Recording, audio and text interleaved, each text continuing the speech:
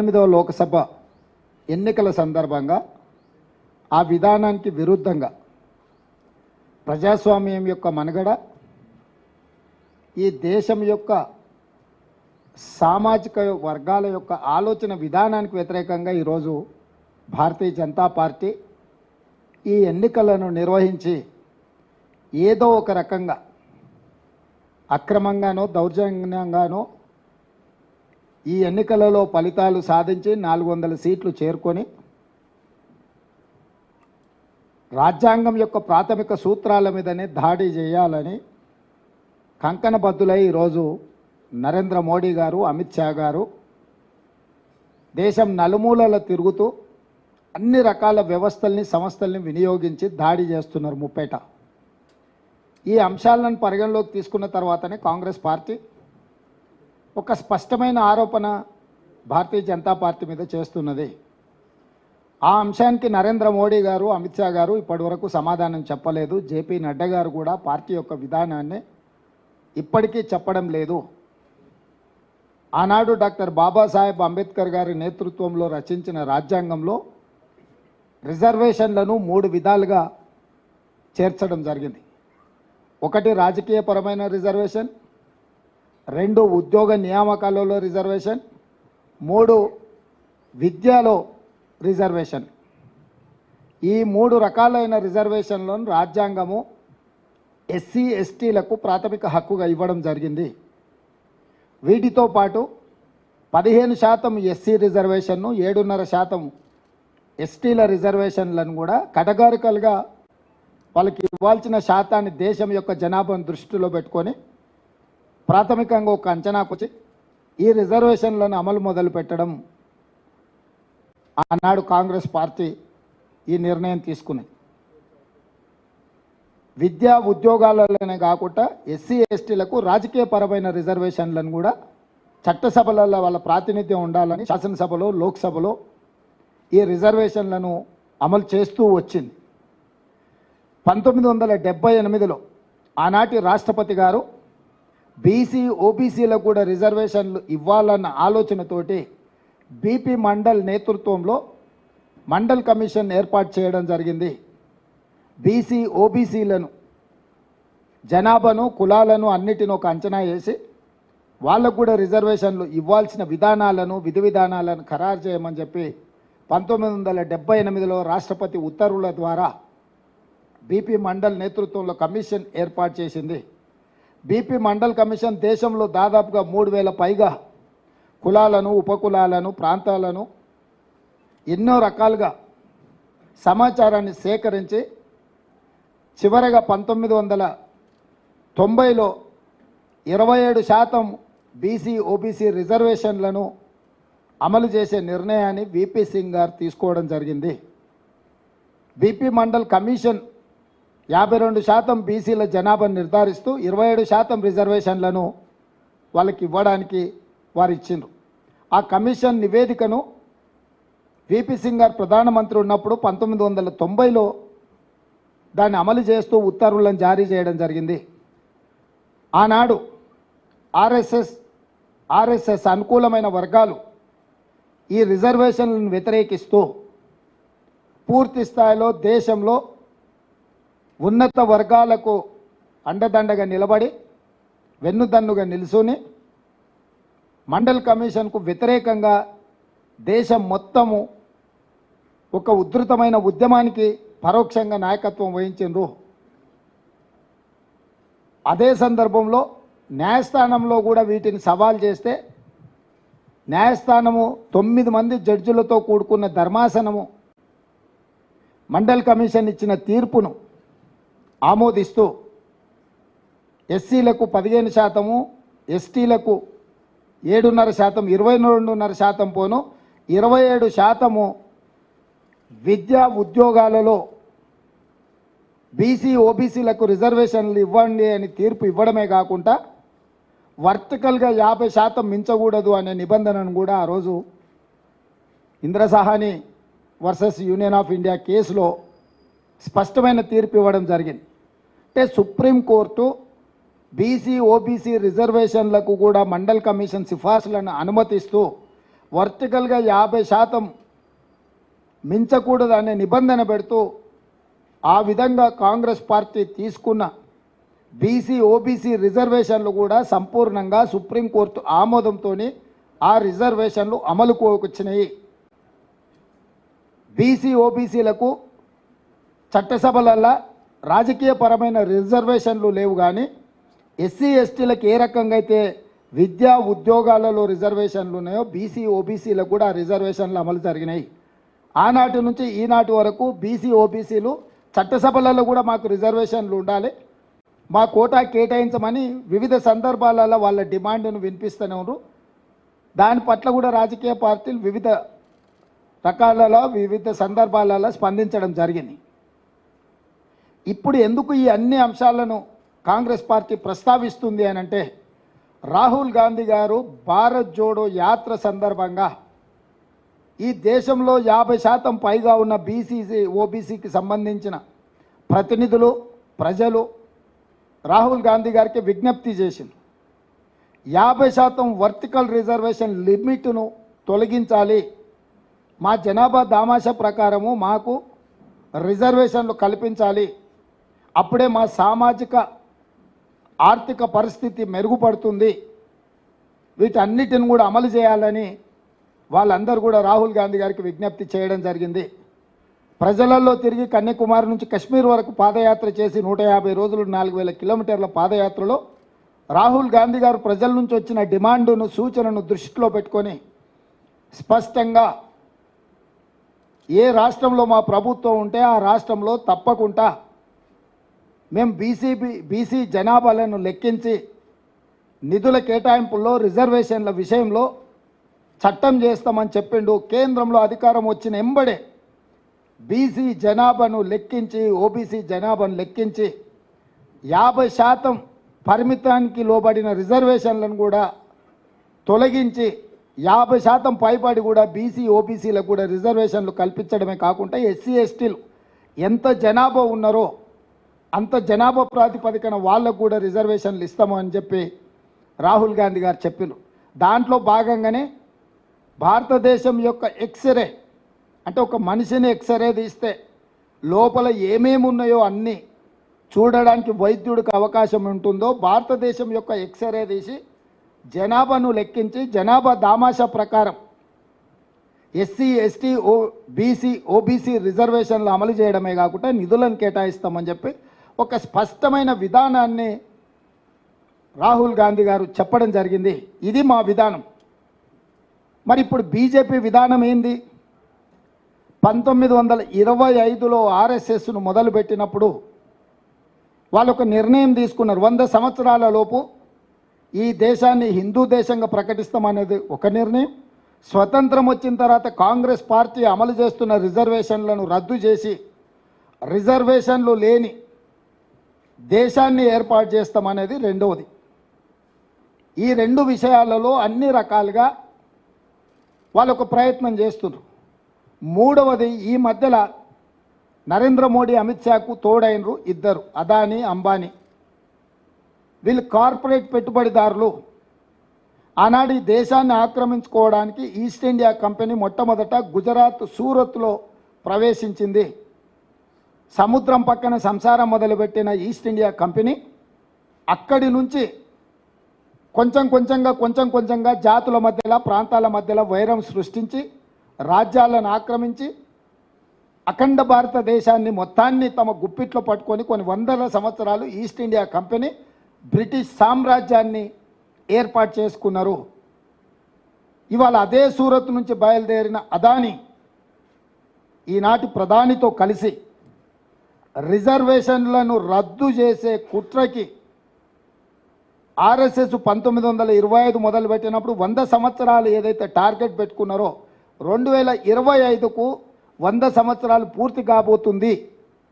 2025 లోపల రాజ్యాంగాన్ని సమూలంగా మార్చి ఆర్ఎస్ఎస్ భావజాలంతో రాజ్యాంగాన్ని సవరించాలన్న ఆలోచనతోటి ఈరోజు అమిత్ షా నరేంద్ర మోడీ గారు దేశ సార్వభౌమాధికారం మీద దాడి చేస్తున్నారు. రాజ్యాంగాన్ని సమూలంగా మార్చాలని కంకణం కట్టుకొని రాజ్యాంగాన్ని మార్చాలి అంటే 2/3 మెజారిటీ కావాలి అంటే 3/2 మెజారిటీ వాళ్ళ సొంతంగా ఉంటే ఇక మిగతా ఇతర రాష్ట్రాలలో శాసనసభలో తీర్మానాన్ని బెదిరించైనా ఆమోదింపజేయడానికి అన్ని రకాలుగా ప్రణాళికలు రచించి ఈరోజు ఎన్నికల బరిలో దిగి 400 సీట్లు గెలుస్తాము, 400 సీట్లు కావాలి అంటున్నారు. ఇస్ బార్ 400 పార్ అనేది ఎందుకు అని అంటే రాజ్యాంగాన్ని పూర్తిగా సమూలంగా మార్చివేసి రిజర్వేషన్లను రద్దు చేసి ఈ భారతదేశాన్ని రిజర్వేషన్ రహిత దేశంగా మార్చాలన్న ఆలోచనతోటి ఈరోజు వాళ్ళు మన మీద దాడి చేస్తున్నారు. నరేంద్ర మోడీ, అమిత్ షా ఈ దేశ మూలవాసులైన దళితులు, గిరిజనులు, బీసీ, ఓబీసీల మీద సర్జికల్ స్ట్రైక్ చేస్తున్నారు. ఈ సర్జికల్ స్ట్రైక్కి ఈ ఎన్నికలను క్షేత్రంగా వాళ్ళు ఈరోజు నిర్ణయం తీసుకున్నారు. దేశం అత్యంత ప్రమాదం వైపు వేగంగా ప్రయాణం చేస్తుంది. రాజ్యాంగం యొక్క మూల స్తంభాలైన రిజర్వేషన్ల ప్రక్రియ నుంచి సోషల్ ఫ్యాబ్రిక్ని అంతా కూడా దెబ్బతీసి ఈరోజు ఈ రకమైన కుట్ర జరుగుతుంది. ఈ కుట్రను తిప్పికొట్టడానికి మేము ప్రయత్నం చేస్తుంటే రాహుల్ గాంధీ గారి మీద అమిత్ షా, నరేంద్ర మోడీ గారు అసలు ఏ రకమైన దాడులు చేస్తున్నారంటే కాంగ్రెస్ పార్టీ అధికారంలోకి వస్తే హిందువుల ఆడబిడ్డల మెడలో ఉన్న తాలి పుస్తలు కూడా గుంజుకుంటారు, మీ ఆస్తులను గుంజుకొని ఇతరులకు పంచిపెడతారు, మీకు 2 ఇళ్ళు ఉంటే 1 ఇల్లు గుంజుకుంటారు. ఇట్లాంటి విచక్షణారహితమైన ఆరోపణలు చేయడమే కాకుండా బాధ్యతారహితంగా ఒక ప్రధానమంత్రి, కేంద్ర హోంశాఖ మంత్రిగా ఈరోజు వాళ్ళు మాట్లాడుతున్నారు. ఈ భారతదేశంలో ఎక్కడైనా సాధ్యమవుతుందా? తండ్రి ఆస్తి కొడుక్కి ఇవ్వాలంటే కూడా తండ్రి విరాసత్ ఇస్తే తప్ప ఆస్తుల బదిలీ జరగడం లేదు. అన్నదమ్ముల ఆస్తుల పంపకాలలో కూడా పెద్ద మనుషుల ముందు సరైన విధంగా పంపకాలు జరిగి సబ్ రిజిస్ట్రార్లో రిజిస్ట్రేషన్ చేస్తే తప్ప అన్నదమ్ముల ఆస్తుల పంపకాలు కూడా జరగడం లేదు. పూచిక పుల్లైనా నయా పైసైనా చట్టబద్ధంగా బదిలీ చేస్తే తప్ప, ఒప్పుకొని ఒప్పంద పత్రాల మీద సంతకాలు పెడితే తప్ప ఈరోజు బదిలీ ప్రక్రియ ఈ దేశంలో జరగదు. ఇంత పకడ్బందీగా చట్టాలను రాసి డాక్టర్ బాబాసాహెబ్ అంబేద్కర్ గారు ఎవరు కష్టార్జితం వాళ్ళదే, ఎవరు సంపాదించింది. నిన్ననే సుప్రీంకోర్టు ఒక మాట చెప్పింది, భార్య ఆస్తి కూడా, భార్య సంపాదించిన ఆస్తిని భర్త ఏదైనా అత్యవసరంగా వాడుకుంటే కూడా మళ్ళీ భర్త తిరిగి భార్యకి ఇవ్వాల్సిందే.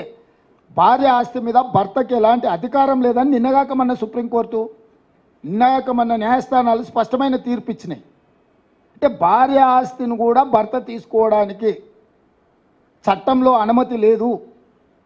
ఒకవేళ తీసుకోవాలనుకుంటే కూడా భార్య అనుమతి తీసుకోవాలి, మళ్ళీ భార్య అడిగినంబడే వెనక్కి ఇవ్వాలని ఇంత స్పష్టమైన నిబంధనలు మన న్యాయస్థానాలు చెప్తుంటే ఈరోజు రిజర్వేషన్లను రద్దు చేయాలన్న కుట్రలో భాగంగా కాంగ్రెస్ మీద, రాహుల్ గాంధీ గారి మీద విష ప్రచారం చేసి ప్రజల్ని తప్పుదోవ పట్టించి ఎన్నికల్లో 400 సీట్లు గెలవాలి అని వాళ్ళొక వికృత రాజకీయ క్రీడకు తెరలేపినరు.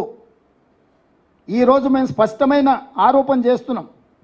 ఆర్ఎస్ఎస్ భావజాలాన్ని, ఆర్ఎస్ఎస్ యొక్క మనువాద సిద్ధాంతాన్ని భారతీయ జనతా పార్టీ అమలు చేయడానికి రిజర్వేషన్ రహిత దేశంగా ప్రకటించడానికి 400 సీట్లు కోరుకుంటున్నారు. అందుకు ఆర్ఎస్ఎస్కు బలమైన కారణాలు ఉన్నాయి. హిందువులల్లా కులాలు ఉపకులాలుగా ఉంటే హిందువులు మొత్తం ఏకంగా ఉన్నారని చూపించడానికి ఇబ్బంది వస్తుంది. కాబట్టి హిందూ జాతిలో దళితులుగా, గిరిజనులుగా, బీసీలుగా, ఓబీసీలుగా, బీసీ ఓబీసీల ఉపకులాలు, దళితుల ఉపకులాలు, గిరిజనుల ఉపకులాలు ఉంటే ఇవి వివిధ తెగల కింద వస్తే ఈ మొత్తాన్ని ఒక హిందూ సమాజంగా చూపించడానికి ఇబ్బంది అవుతుంది. కాబట్టి రిజర్వేషన్లను అన్నిటిని రద్దు చేసి ఈ మొత్తం హిందూ సమాజం అని చూపించాలన్న ఆలోచనతోని ఆర్ఎస్ఎస్ తమ ప్రణాళికలను సిద్ధం చేసింది. ఆర్ఎస్ఎస్ యొక్క ప్రణాళికను బీజేపీ అమలు చేస్తుంది. 3 తలాక్ కావచ్చు, 370 ఆర్టికల్ కావచ్చు, యూనిఫామ్ సివిల్ కోడ్ కావచ్చు, సిటిజన్ అమెండ్మెంట్ యాక్ట్ కావచ్చు, కశ్మీర్కు సంబంధించిన విషయాలు కావచ్చు, ఇతర ఎన్నో విషయాలు ఆర్ఎస్ఎస్ యొక్క ఆలోచన విధానాన్ని గత 10 సంవత్సరాలలో నరేంద్ర మోడీ అమిత్ షా గారు అమలు చేసుకుంటూ వచ్చిండ్రు. ఇది గతము మన కళ్ళ ముందల ఉన్న ప్రత్యక్ష ఆధారాలు.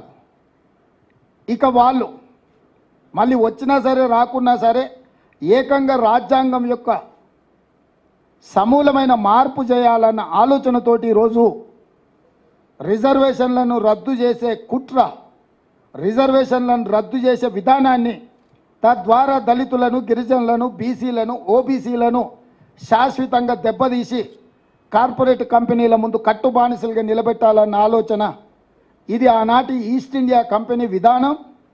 ఈనాడు అదానీ అంబానీల యొక్క కొనసాగింపు విధానం. ఆ కొనసాగింపు విధానాన్ని అమిత్ షా, నరేంద్ర మోడీ గారు స్పష్టంగా అమలు చేస్తున్నారు.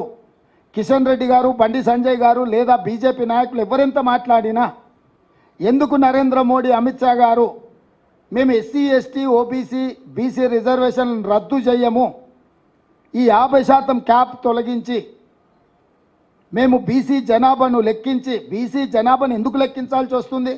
స్పష్టంగా సుప్రీంకోర్టు చెప్పింది. 27% బీసీ రిజర్వేషన్లను పెంచాలి అని అంటే వాళ్ళ జనాభాను లెక్కించి జనాభా ఆధారంగా 27% పెంచండి. టోటల్గా వర్టికల్గా 50% మీరు పైకి పెంచాలి అంటే ఎస్సీ, ఎస్టీ జనాభా ఉన్నది, మిగిలిన బీసీ జనాభాను, ఓబీసీ జనాభాను లెక్కించి ఆ లెక్కల ప్రకారం మీరు 50% పైన రిజర్వేషన్లు పెంచడానికి అవకాశం ఉందని సుప్రీంకోర్టు చెప్పింది. ఇది చారిత్రాత్మకమైన అవసరం బీసీ జనాభా లెక్క కట్టడం.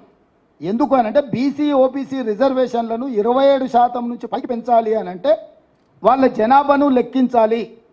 వాళ్ళ జనాభాను లెక్కించినప్పుడు మాత్రమే రాజ్యాంగం కానీ, సుప్రీంకోర్టు కానీ వాళ్ళ రిజర్వేషన్లను 27% నుంచి పైకి పెంచడానికి అవకాశం ఉంటుంది. దాన్ని దృష్టిలో పెట్టుకునే కాంగ్రెస్ పార్టీ ఈరోజు బీసీ జనాభాను లెక్కించాలి, బీసీ జనాభాల దామాష ప్రకారం రిజర్వేషన్లు పెంచాలి అని మేమంటుంటే, ఒకవేళ ఆ లెక్కలు పెడితే రిజర్వేషన్లను పెంచాల్సి వస్తుంది.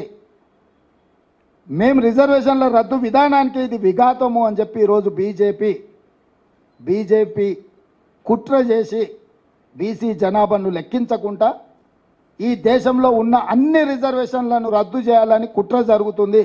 ఎక్కడ కూడా ఈరోజు వరకు ఏ రాష్ట్రంలో కూడా నరేంద్ర మోడీ గారు, అమిత్ షా గారు ఎస్సీ, ఎస్టీ, బీసీ, ఓబీసీ రిజర్వేషన్లు రద్దు చెయ్యము, వాళ్ళ జనాభా దామాష ప్రకారం రిజర్వేషన్లు పెంచుతామని ఎక్కడ కూడా మాట్లాడడం లేదు. ఈరోజు మేము చేసే ఆరోపణ మీద కూడా ఎక్కడ కూడా వాళ్ళిద్దరు స్పందించడం లేదు. స్థానిక నాయకులు ఏదేదో కల్లిపల్లి కబుర్లు చెప్పుకుంటా తిప్పుకుంటూ వచ్చి ఏదో ఒక విధంగా ఈ ఎన్నికల్లో బయటపడితే చాలన్న విధంగా ఆపద మొక్కులు మొక్కుతున్నారు. ఇవాళ కిషన్ రెడ్డి గారే కాదు, ఈటల రాజేందర్ గారు కూడా ఒక మాట మాట్లాడతలేడు. లెఫ్ట్ భావజాలం అన్నాడు, తానేదో పోరాటాలు చేసిన అన్నాడు. ఇవన్నీ బాగానే ఉన్నాయి. ఈరోజు జరుగుతున్న దాడి మీద, రాజ్యాంగాన్ని మార్చే విధానం మీద ఎందుకు కిషన్ రెడ్డి గారు, ఈటల రాజేందర్ గారు, బండి సంజయ్ గారు మాట్లాడడం లేదు అంటే వాళ్ళకి తెలుసు స్పష్టంగా వాళ్ళ పార్టీ యొక్క విధానం. ఎంతసేపు ఉన్నా తప్పించుకోవాలన్న ఆలోచనలే ఉన్నారు తప్ప ఇది తప్పు, ఈ రిజర్వేషన్లను మేము రద్దు చేయము, మేము నరేంద్ర మోడీతో, అమిత్ షాతో చెప్పిస్తామని ఎందుకు చెప్పడం లేదు? నిన్న సిద్దిపేటకు అమిత్ షా గారు వచ్చారు, ఎందుకు ఒక్క మాట అయినా మాట్లాడిండా? వారు రాకంటే ముందు నుంచే మేము స్పష్టమైన ఆరోపణ చేస్తున్నాం. ఒక రాష్ట్ర ముఖ్యమంత్రిగా, పార్టీ అధ్యక్షుడిగా స్పష్టమైన నిర్దిష్టమైన ఆరోపణ బీజేపీ మీద నేను చేస్తున్నా. ఈ రాష్ట్రానికి వచ్చే ఏ బీజేపీ నాయకుడైనా మొట్టమొదట ఉన్న రిజర్వేషన్లను రద్దు చేయము, జనాభా లెక్కించి బీసీ, ఓబీసీ రిజర్వేషన్లు పెంచుతామని ఎందుకు బీజేపీ చెప్పడం లేదు? సరే, వీళ్ళు ఒక రకం. చంద్రశేఖరరావు ఈ విషయాన్నే మాట్లాడతలేడు. ఆయన ప్రపంచంలో అన్నీ మాట్లాడుతున్నాడు. అమలాపురం నుంచి అమెరికా వరకు మాట్లాడుతున్నాడు, చంద్రమండలం నుంచి చింతమడక వరకు మాట్లాడుతున్నాడు. కానీ బీజేపీ చేస్తున్న కుట్ర గురించి మాత్రం మాట్లాడతలేడు. రిజర్వేషన్లు రద్దు చేసే ఆలోచనను బీజేపీని ప్రశ్నించడం లేదు. గతంలోనే చంద్రశేఖరరావు గారు రాజ్యాంగాన్ని మొత్తం రద్దు చేసి కొత్తది రాసుకోవాలన్నాడు. ఎవరి ఆలోచన ఇది? రాజ్యాంగాన్ని రద్దు చేసి కొత్తది రాసుకునేది ఆర్ఎస్ఎస్ విధానమే కదా. ఇవాళ చంద్రశేఖరరావు స్వయంగా భావజాలానికి ప్రభావితమైందా, లేకపోతే జైల్లో ఉన్న బిడ్డకు బెయిల్ కోసము ఈరోజు ఎస్సీ ఎస్టీ బీసీ ఓబీసీ రిజర్వేషన్లను తాకట్టు పెట్టి బీజేపీకి సహకరిస్తున్నాడా? చంద్రశేఖరరావు గారు కూడా తన విధానాన్ని ప్రకటించాలి. నేను స్పష్టంగా సూటిగా చంద్రశేఖరరావును డిమాండ్ చేస్తున్నా. ఎస్సీ ఎస్టీ బీసీ ఓబీసీ రిజర్వేషన్లను రద్దు చేయాలన్న భారతీయ జనతా పార్టీ విధానం మీద బీఆర్ఎస్ విధానం ఏంది? ఒకవేళ మీ విధానము రిజర్వేషన్ల రద్దును వ్యతిరేకిస్తే మీ పోరాట కార్యాచరణ ఏంది? బీజేపీకి వ్యతిరేకంగా 100 రోజులైన మా ప్రభుత్వాన్ని దిగిపోవాలి, మా ప్రభుత్వాన్ని పడగొట్టాలని కార్యాచరణ ప్రకటించి బస్సు యాత్ర చేస్తున్నా అంటున్నావు కదా. 10 సంవత్సరాల అధికారంలో ఉండి ప్రజలందరినీ పీల్చి పిప్పి చేసి అక్రమ కేసుల ద్వారా ఈరోజు రాజ్యాంగాన్ని దెబ్బతీసే మోడీ మీద నీ పోరాట కార్యాచరణ ఎక్కడుంది? 5 ఏళ్ల కోసం ఎన్నుకున్న మా ప్రభుత్వాన్ని ఇప్పటికిప్పుడు దించేయాలని కేసీఆర్ గారు, కేటీఆర్ గారు, హరీష్ గారు అంటున్నారు. 10 ఏళ్ళు ప్రజల్ని మోసం చేసిన మోడీని దించడానికి మీ దగ్గర ఉన్న కార్యాచరణ ఏంది? 100 రోజులే అయిన మా ప్రభుత్వమా మీ టార్గెట్? 10 సంవత్సరాల నుంచి ప్రజల్ని వంచి దేశాన్ని దోసుకుని ప్రధానమంత్రి అయిన నరేంద్ర మోడీ గారు ఆనాడు 55 లక్షల కోట్ల రూపాయలు దేశం మీద అప్పు ఉంటే ఈరోజు 168 లక్షల కోట్ల రూపాయలు అప్పయింది. ఒక్క నరేంద్ర మోడీ గారు 10 సంవత్సరాలలో 113 లక్షల కోట్ల రూపాయల అప్పు తీసుకొచ్చిండు. 14 మంది ప్రధానమంత్రులు 67 సంవత్సరాలు చేసిన అప్పు 55 లక్షల కోట్లు అయితే 10 సంవత్సరాలలో ఒకే ఒక్క నరేంద్ర మోడీ దానికంటే 2 పైన అప్పు చేసిండు. ఒక్కసారైనా ఈ అప్పు ముప్పు గురించి కేసీఆర్ మాట్లాడాడు. ఎందుకంటే 69,000 కోట్ల రూపాయలతో ఉన్న తెలంగాణ రాష్ట్రం ఆయన చేతులు పెడితే ఆయన 7 లక్షల కోట్ల రూపాయలు అప్పు చేసిండు. ఇద్దరు ఒకే రకమైన విధానాన్ని అవలంబించడం ద్వారా రాష్ట్రాన్ని ఈయన అప్పుల కూపంలో నెట్టితే దేశాన్ని మొత్తం అప్పుల ఊపిలో మోడీ కూర్చేసిండు. ఇక వీళ్ళిద్దరు ఒప్పందం బెయిల్ కోసం అయితే నిన్నటికి నిన్న మేడ్చల్ ఎమ్మెల్యే స్పష్టంగా చెప్పిండు, మేము బీజేపీ గెలిపిస్తాం, బీజేపీ గెలుస్తుంది మల్కాజ్గిరిలో అని. ఇంకా కూడా కేటీఆర్కు మరి సోయి ఉందా లేదా ఇవాళ మాట్లాడుకుంటా అసలు అప్పటికప్పుడు ఉన్న పలంగా నిజంగానే బీజేపీతో వీళ్ళకి వైరం ఉంటే మల్లారెడ్డిని పార్టీలకు వెళ్ళి సస్పెండ్ చేయాలి. బహిరంగంగా ప్రజల ముందు బీజేపీ అభ్యర్థిని అలై బలై చేసుకొని ఆయనే గెలుస్తాడని ఆయనకు సహకరిస్తుంటే ఆయన అసెంబ్లీ నియోజకవర్గం ఉన్న ప్రాంతంలో మేడ్చల్ ఎమ్మెల్యే మీద చర్యలు తీసుకోకపోను ఈరోజు కేటీఆర్ సమర్థించడం దేనికి సూచన? నేను మొదటి నుంచి చెప్పిన 5 పార్లమెంటు నియోజకవర్గాలను తాకట్టు పెట్టినరు బీజేపీకి బీఆర్ఎస్ వాళ్ళని. పోయినసారి నేను ఎంపీగా నిలబడ్డప్పుడు మల్కాజ్గిరిలో 31 సమావేశాలు పెట్టిండు కేటీఆర్ నన్ను ఓడించాలని. ఇలా ఇప్పటి వరకు ఒక్కటి పెట్టిండు, కార్యకర్తల సమావేశం అని చెప్పి పెట్టి ఆర్ఎల్ఆర్ను పిలిచి నీకు పైసలు ఇచ్చేది లేదు, నీకు ఏమైనా ఆస్తి ఉంటే అమ్ముకో అని చెప్పిండు. ఇన్ని వేల కోట్లు దోసుకున్నావు, బూత్ ఖర్చుల కన్నా ఆర్ఎల్ఆర్కి ఇవ్వాలి కదా. అంటే నువ్వు ఎన్నికలు చేయకు, వదిలేసాయి, ఈటల రాజేందర్ గెలవాలి. ఎక్కడన్నా ఈ మొత్తం ఎన్నికల పర్యటన మొదలైనాక ఈటల రాజేందర్కు వ్యతిరేకంగా ఎక్కడైనా కేటీఆర్ మాట్లాడిండా? కేసీఆర్కు వ్యతిరేకంగా ఈటల రాజేందర్ ఎక్కడైనా మాట్లాడిండా? నిన్న నా మీద సవాల్ విసురుతున్నాడు, నువ్వు భూములు అమ్మకుంటా రైతులకు రుణమాఫీ చేయని. భూములను అమ్మకుంటా రుణమాఫీ చేయి, బుక్కడు బువ పెట్టకుండా పిల్లల్ని ఆంబోతులాక తయారు చేయి. ఏందా రాజేందర్, ఏం మాట్లాడుతున్నావు నువ్వు? ఇన్ని 1000 ఎకరాలు కేటీఆర్ అమ్మినప్పుడు ఎప్పుడన్నా ఈ భూములు అమ్మొద్దని ఎప్పుడన్నా ఈటల రాజేందర్ మాట్లాడిండా? హైదరాబాద్ చుట్టుముట్టూతా విలువైన వేలాది ఎకరాల భూముల్ని అమ్ముకోవడం, ఆక్రమించుకున్నప్పుడు రాజేందర్కి ఏ రోజు కూడా ఈ భూములు గుర్తురాలే. నేను ప్రజలకు మంచి చేద్దాము, ఏదేమైనా సరే మాకు అధికారం ఇచ్చిందే రైతు రుణమాఫీ చేయడానికి. 15 ఆగస్టు లోపల 2 లక్షల రూపాయల రుణమాఫీ చేస్తామని మేము కంకణబద్ధులమై కమిట్మెంట్తో మేము మాట్లాడుతుంటే, అరే ఆయన కష్టపడుతుంది కదా, చేస్తా అంటుంది కదా, చేయని అనాల్సింది, అట్టెట చేస్తావు నువ్వు, భూములు అమ్ముతావా? అంటే ఎవరికి మద్దతు పలుకుతున్నాడు ఈటల రాజేందరు? అంటే చేయొద్దా, రైతులకు రుణమాఫీ చేయొద్దా? భూములు మీరే అమ్ముకుంటారా, మీరే గుంజుకుంటారా, మీరే ఆక్రమించుకుంటారా, దేవుడి భూములు ఆక్రమించుకున్నా నీ మీద ఆయన అన్నాడు. ఇప్పటివరకు చర్యలు తీసుకోలే. కేసీఆర్ ధరణితోని 1000 ఎకరాలు ఆక్రమించుకున్నాడని రాయందర్ అన్నాడు. ఆయన దాని మీద ఏం జోలి చెప్తలేడు, ఢిల్లీకి ఫిర్యాదు చేస్తలేడు. అందుకే నేను కేసీఆర్ను సూటిగా డిమాండ్ చేస్తున్నా, మల్కాజ్గిరిలో బీజేపీ అభ్యర్థి ఈటెల రాజేందర్ను గెలిపించడానికి మీ మేడ్చల్ ఎమ్మెల్యే బహిరంగంగానే మాట్లాడిండు, గెలుస్తున్నాడని అభినందించిండు. తక్షణమే మీ మేడ్చల్ ఎమ్మెల్యే మీద చర్యలు తీసుకోండి. బీజేపీతో మీకు చీకటి ఒప్పందం లేకపోతే తెలంగాణ సమాజానికి నేను విజ్ఞప్తి చేస్తున్నా, వాళ్ళ ఒప్పందం బయటపడ్డది. అమాయకంగానో అత్యుత్సాహంగానో మేడ్చల్ ఎమ్మెల్యే ఉన్నది ఉన్నట్టు చెప్పిండు, కుండ వలగొట్టిండు. ఇక కేసీఆర్ కేటీఆర్ గుండు వలగొట్టుడే మిగిలింది తెలంగాణ సమాజంలో. ఇంత స్పష్టంగా ఎన్నికలు దగ్గరకు వస్తుంటే మీ ఎమ్మెల్యే బీజేపీ అభ్యర్థిని నువ్వు గెలుస్తున్నావు అని అభినందించి అల్లై బల్లై చేసుకుంటే, షోకాజ్ నోటీస్ కూడా ఇవ్వకుండా, కనీసం వివరణ కూడా అడగకుండా ఆయన బీజేపీని ఓడిస్తా అని రంకెలేస్తున్నాడు. ఆయన మహబూబ్నగర్ పోయిందంట, తింటుంటేనే 2 సార్లు కరెంటు పోయిందంట. నువ్వేమన్నా బకాసూరు, నువ్వు అరణాయన రోజంతా తిననీకే? ఎంతసేపు తింటా? 10 నిమిషాలు 15 నిమిషాలు తింటాం తిండి తింటే. సేమ్ ఇట్లనే హౌల మాటలు మాట్లాడింది. సూర్యాపేటలో పోయి పార్టీ ఆఫీస్లో ప్రెస్ మీట్ పెట్టినప్పుడు కరెంటు పోయిందని. నేను మా అధికారులు అడిగితే వాళ్ళకి అధికారికంగా కనెక్షనే లేదు సార్, వాళ్ళు జనరేటర్ మీద ఉన్నారు, ఆ పొట్టైన జనరేటర్లో కట్టబెట్టినట్టున్నాడు, ఆగింది సార్ అని మా అధికారులు చెప్పాను. మరుక్షణం నేను విచారణకు ఆదేశించిన. సూర్యాపేట అట్లట్ల కరెంటు పోయిందని అడిగితే అసలు దాని కరెంటు కనెక్షన్ లేదని చెప్పారు. అంటే ఒక 10 ఏళ్ళు ముఖ్యమంత్రిగా పనిచేసి ఈరోజు ప్రధాన ప్రతిపక్ష నాయకుడు ఉన్న కేసీఆర్కి ఇంత అసహనం, ఇన్ని అబద్ధాలు ఎందుకు? ఏం కొట్టుకపోయింది, ఏం మునిగిపోయింది? ఏం అధికారం లేకపోతే సస్తమా?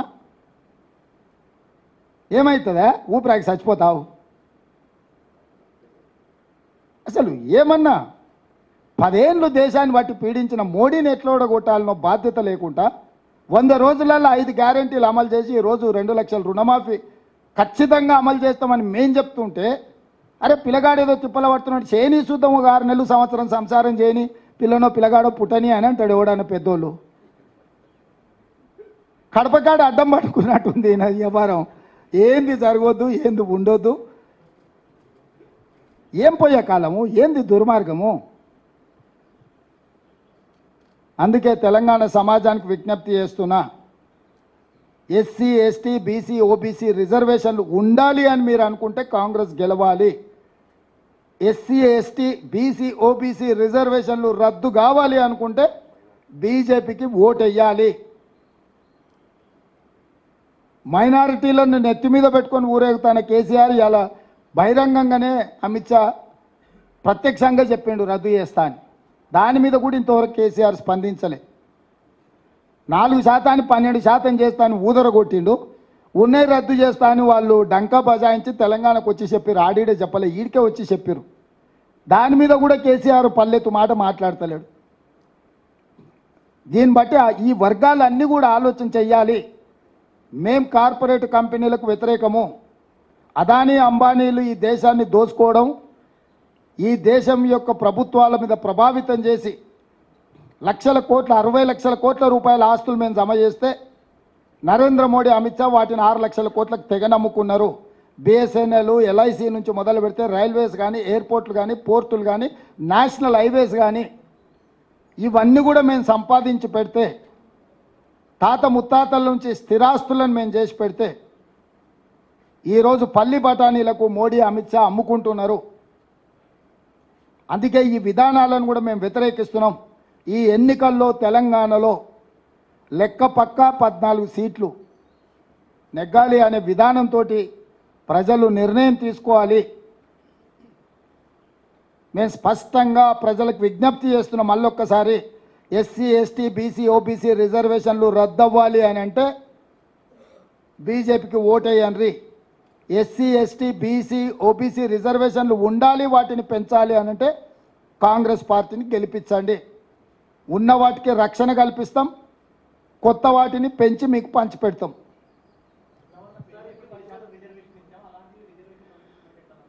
ఇప్పుడు అదే కుట్ర అంటున్నా. ఆ రోజు మేము చట్టసభలలో ఉన్నాం కాబట్టి వాటిని మెడలోంచి తీసుకొచ్చినాం.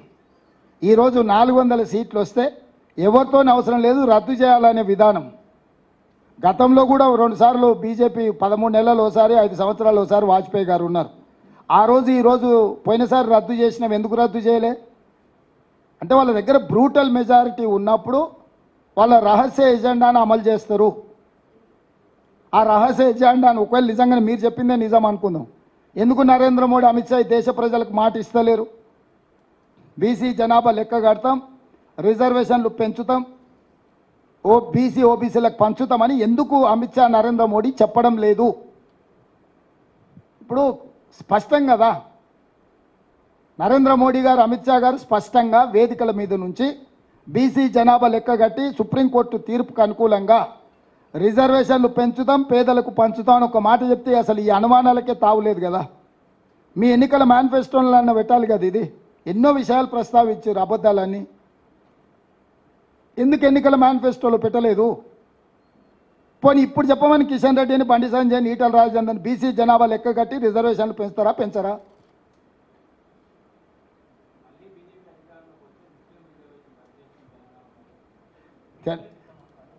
ఇప్పుడు తెలంగాణకు ఇచ్చిన రిజర్వేషన్లు కేంద్ర ప్రభుత్వం పరిధిలో కాదు, అది రాష్ట్ర ప్రభుత్వం. రాష్ట్ర ప్రభుత్వంలో 2004లో కాంగ్రెస్ అధికారంలోకి వచ్చినప్పుడే అమలు చేసిండ్రు. ఈరోజు కాంగ్రెస్ రాష్ట్ర ప్రభుత్వంలో ఉన్నది. ఇప్పుడు వాళ్ళు రద్దు చేస్తానే మొత్తం రిజర్వేషన్లనే, మొత్తానికే కొండనాలికకు మంది అయితే ఉన్ననాలిక కూడా ఊడిపోయిందని మొత్తాన్ని మొత్తం కొట్టే ముందర ఇంక ఇదంతా ఏందనేది వాళ్ళు ఒకటొకటిగా రహస్య ఎజెండా బయట పెడుతున్నారు.